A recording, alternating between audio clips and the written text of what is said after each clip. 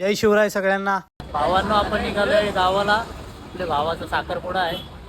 Travels तर आतून एकदम ओके होती.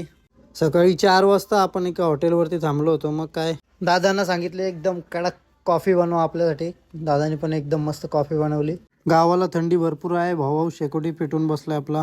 Good morning Nanded. भावानं पोहोचू आपण थोड्याच वेळात. आता 10:15 वाजेपर्यंत आपण नांदेडला पोहोचू. आणि आपला भाऊ आपल्याला घ्यायला आलाय. त्याच्या घरी गेलो आणि मस्त फ्रेश झालो. मग नाश्ता वगैरे करून घेतला आणि निघालो डायरेक्ट नांदेड भ्रमंतीला. पहिल्यांदा आपण आलो काळेश्वर मंदिर विष्णुपुरी येथे. गोदावरी नदीच्या काठावरती महादेवाचं मंदिर आहे. नदीच्या पात्रात पाय वगैरे धुवून आम्ही महादेवाच्या दर्शनासाठी मंदिरामध्ये गेलो. नदीच्या काठावरती देखील एक शिवलिंग स्थापित होतं. त्याचं देखील आम्ही दर्शन घेतलं. आपली परंपरा जपत आणि देवाच्या नावाचा गजर करत असताना आपल्याला महाराज दिसले.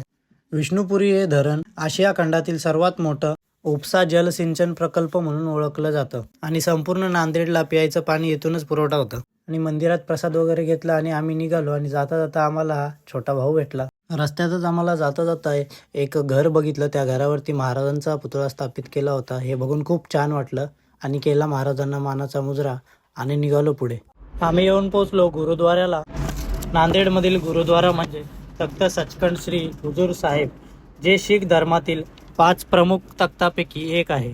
आणि हेच ते ठिकाण जिथे 10वे शीख गुरु श्री गुरु गोविंद सिंगजी यांनी त्यांचे शेवटचे श्वास घेतले.